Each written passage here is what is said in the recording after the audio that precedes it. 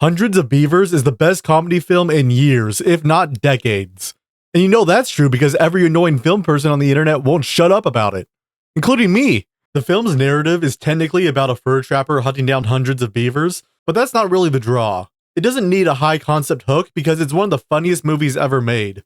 It's a combination of the best visual elements from silent comedy, cartoons, and video games, and the film executes it all so well, it feels like the ultimate culmination of everything that came before. It's a movie that seemingly anyone can enjoy, from kids to disillusioned film buffs. I've shown it to everyone I know, and they all loved it, laughing more than I've seen them at any other movie. Some have even been forcing their own friends to watch it. I've basically started a cult. And the incredible thing is that it was made by such a small team. People often talk about supporting indie films, but a lot of the more popular ones are still being made by companies throwing around money we couldn't even dream of. Like, Everything Everywhere All at Once was a big underdog story a few years ago, and what they did on their budget level was truly impressive. I don't want to take away from that. But even they spent at least $14 million making it. Hundreds of Beavers was made on a budget of about $150,000. That is literally 1% of the former's budget. It's also self-distributed, so if you buy it, you're giving the money to the people who actually made it, which is how things should ideally work in general. So if you're watching this video and you somehow haven't seen Hundreds of Beavers yet, do that first. I'm going to be going deep into the details of this movie, and although it's not a plot-focused film, it might negatively affect your experience. Dissecting a joke is a lot like dissecting a frog. You understand it better, but it'll be really gross if you try to turn into a prince. Is that how that phrase goes? I think that's how it goes. So, I'm going to be talking about what makes Hundreds of Beavers work, what it takes from silent comedy, animation, and video games, and how it evolves and builds upon them. Part 1. Structure. Hundreds of Beavers can roughly be separated into 3 different acts, each with their own narrative purpose. The setup, the development, and the resolution. Very basic 3-act structure, I'll be assuming that you're somewhat familiar with it. In the first act, the setup, we learn who the main character, Gene Kayak, is. It's a silent movie, so I don't know if it's pronounced like the American Jean or the French Jean, so I'm just gonna do the former.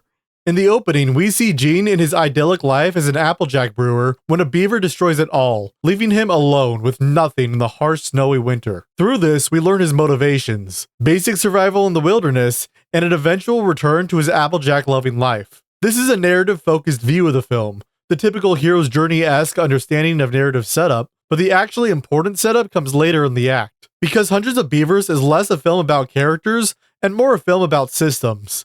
And this is true for the comedy as well. To give an example about what I mean, I'm going to go over one specific series of gags that act as synecdoche for the film as a whole. About 10 minutes into the movie, a starving Gene climbs a tree in order to get some delicious egg. He whistles, a woodpecker hears him, pecks his face to defend the nest, and he falls into a bush of painful, sticky, spiky things. So, trying again after his failure, he climbs the tree again, leaving a trail of painful, sticky, spiky thingies. His stomach rumbles without issue, but then he whistles and the woodpecker comes back, and he falls into the bush again. He tries, again, and is successful this time, but while cooking his egg, the woodpecker comes again. He gives up on the eggs, and a few minutes later, he tries the fish. But Gene finds that while he can get the fish's attention, he can't get a fish on the hook. So what does he do? He climbs the tree again, falls back into the bush, gets the painful sticky spiky things, and he uses it to finally hook a fish. This routine has its own mini 3-act structure like the rest of the film. The setup is the first climb, the motivation, the eggs, the problem, the woodpecker. This is developed through the following attempts and finally resolved when he gets the fish. But these 3 acts also support the comedic structure. Each mini-act focuses on a different style of comedy.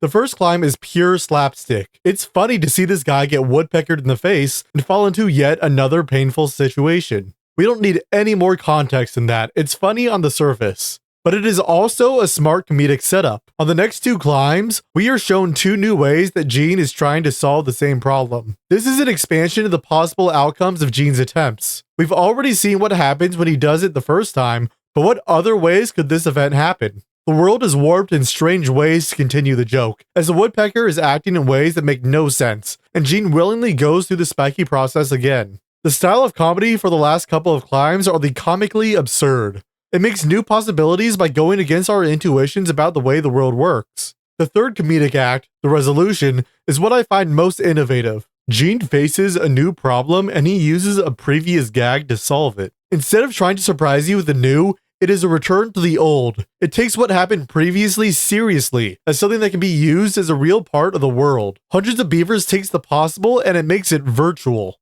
So in this video, I'm going to roughly map these three forms of comedy, the slapstick, the absurd, and the virtual, to three different mediums: silent comedy, cartoons, and video games. Hundreds of Beavers doesn't just make references to these art forms, but takes their design and combines them into something new. And that doesn't apply to just this series of gags, it applies broadly to the entire film.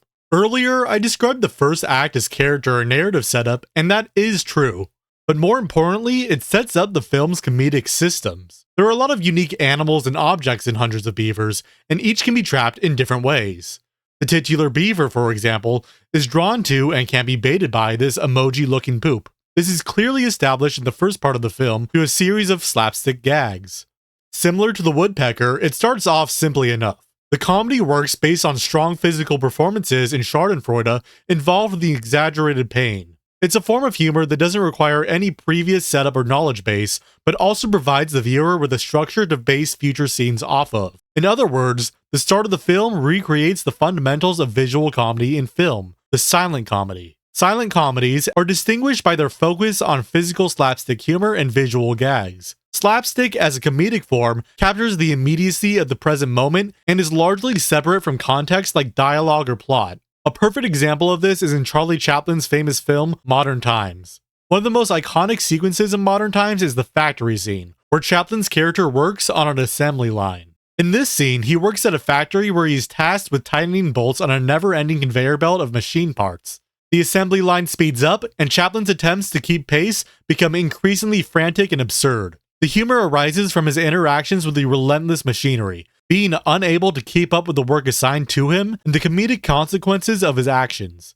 It's a series of gags that is intensely focused on the current moment, attempting to surprise the audience in its novelty. Notice how the punchline to the joke has very little time for anticipation. The slapstick in early silent comedies relied on quick movement and surprise for its humor. It's an image that is built on the present. This is pretty common for the genre. Silent comedies rely on physical humor, slapstick, and visual gags to entertain. Without synchronized sound, these films depend on the expressive capabilities of their actors, clever physical setups, and inventive visual storytelling. This emphasis on the physical and immediate aspects of comedy places a strong focus on the here and now of each gag. The audience's engagement is rooted on the unfolding present, and that unfolding present relies on the unknowability of the future. The best and most popular silent comedies were those that took the unique aspects of the cinematic medium to expand what was possible, to go beyond what comedy looked like in older mediums like theater performance. And this wasn't in any grand quest to innovate the art form, but in order to bring out humor through surprise. Cartoons, as the next trend in visual comedy, would do the same for animation. With the stylings of silent comedians well established, animators would bring novelty and surprise by using the medium in ways that live-action comedy never could. Cartoons are absurd and exaggerated. There is practically no limit to the physicality of its characters, and there is very little grasp on realism. Animators take joy in showing off their creativity and the numerous ways they can manipulate reality and break the laws of physics. A cartoon character can squash and stretch and take whatever damage they need to in order to make a joke work. Because of this new freedom brought around by the medium, comedy-based cartoons can make new jokes that couldn't be made in live action. Acts of violence can be made larger than life, reality can be manipulated in ways that are not questioned, and animals can be anthropomorphized to do human-like actions. And just look at all the things you can do with animation. The language of visual comedy has been adapted from the usual slapstick and has been made absurd. Bugs Bunny can do whatever he wants to. Toon Force wreaks havoc on battle boards. Buster Keaton doesn't stand a chance.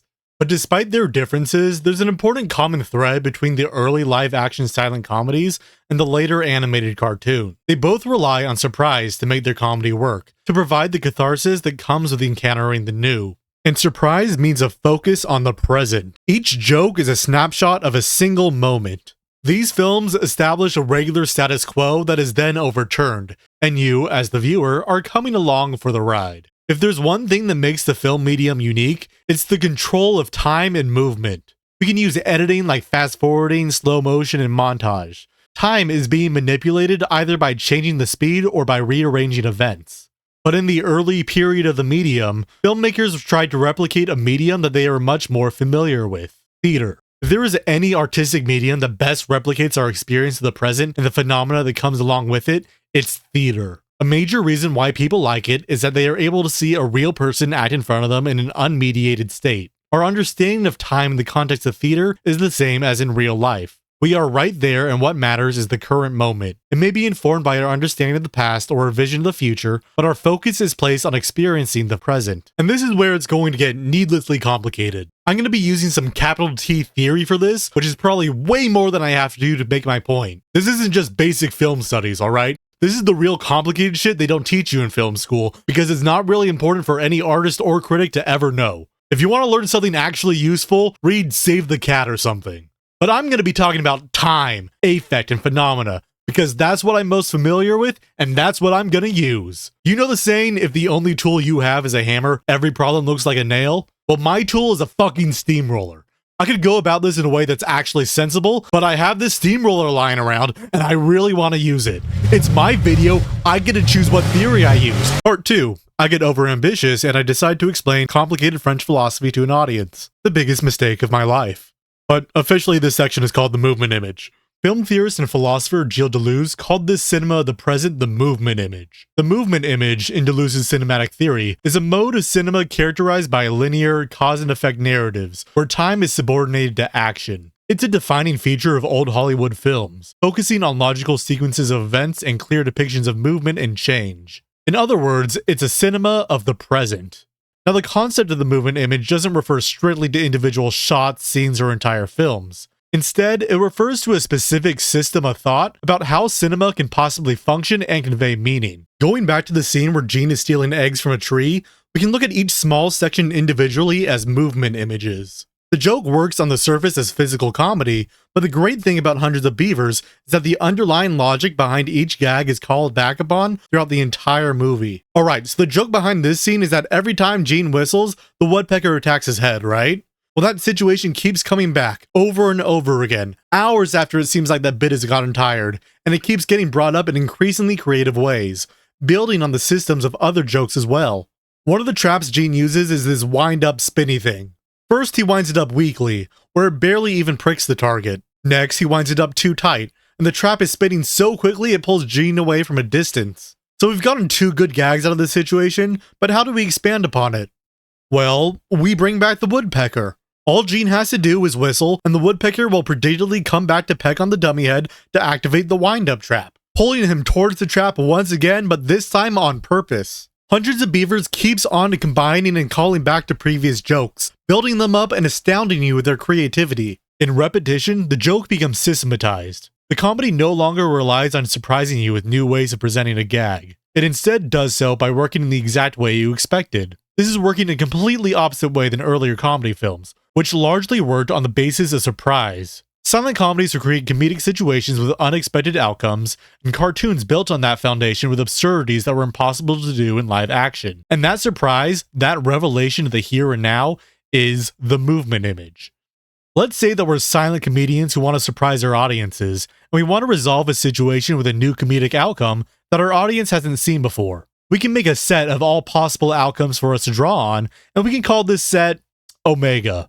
Because that's what they do in math and statistics, and they must have had a good reason for giving this set its own fancy variable. Because if they didn't, then I learned all these Greek letters for nothing, and I can't accept that. Anyway, in the Omega set, we already have a bunch of gags the audience has taken from vaudeville and theater and other performance-based stuff. Silent comedians would often draw from this already existing base to base their comedies off of, but added their own cinematic flair. And this should be obvious, but film can do things that theater can't. And vice versa, but that's not the point. In order to adapt comedy to the movies, new cinematic techniques had to be used to intensify them. This was most often done through close-ups, editing, or early special effects. It was a cinema of attractions that expanded Omega, expanded the set of what was possible. And with the advent of the cartoon, Omega could now be stuffed full of new outcomes, new possibilities far beyond what was thought possible. Many of the restraints of live-action filmmaking had been released, so new, more dangerous stunts could be made in a way that is safe, sane, and consensual. And because this medium was able to do what the previous could not, we could say that in this expansion,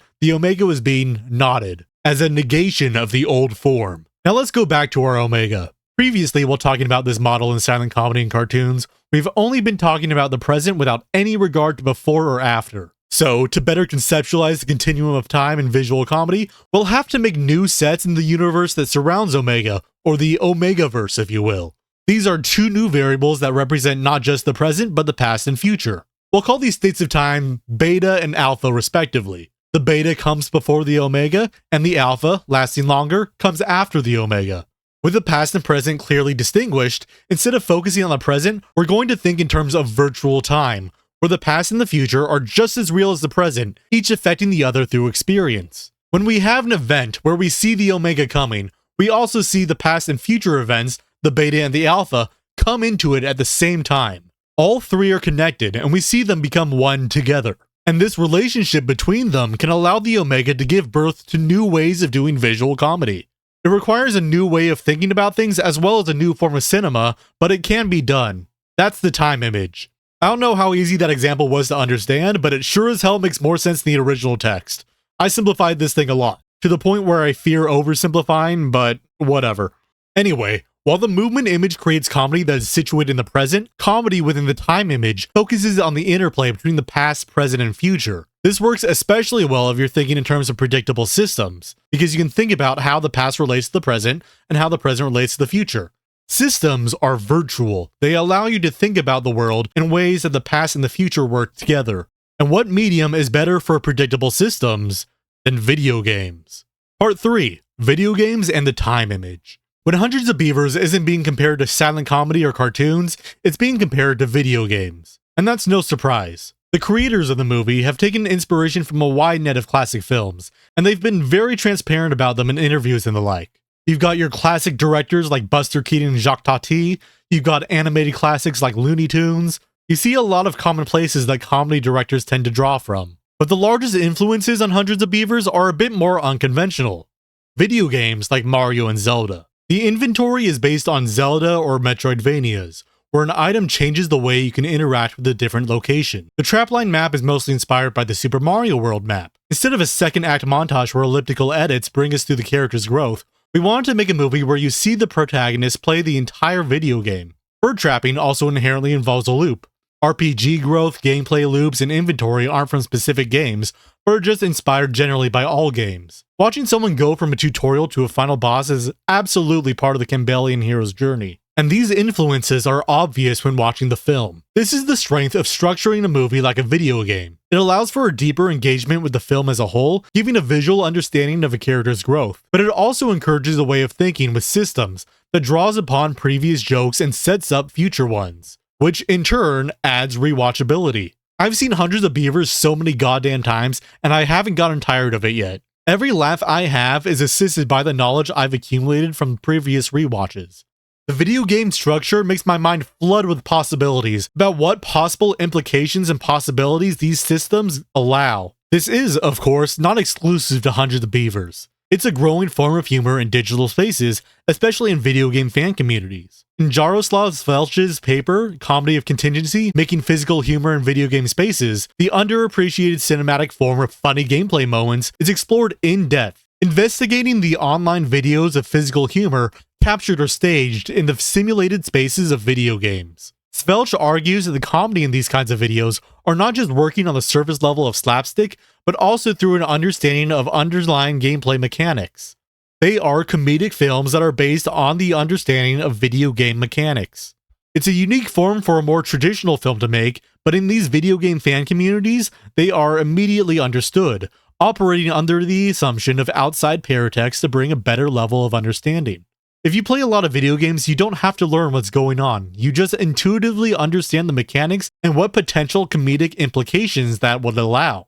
Comedic gameplay videos approach games less as resources and tools, and more as lively spaces in which things can happen. Their humor-making techniques converge around the dialectic of control and giving up of control. They co-create coincidences by generating and streamlining contrived contingency. They purposefully seek out situations in which in-game characters become ragdolls, subject to the whims of the game's physics engine. They explore and exploit glitches, cheats, and sometimes modifications or mods that make the engine do strange and hilarious things.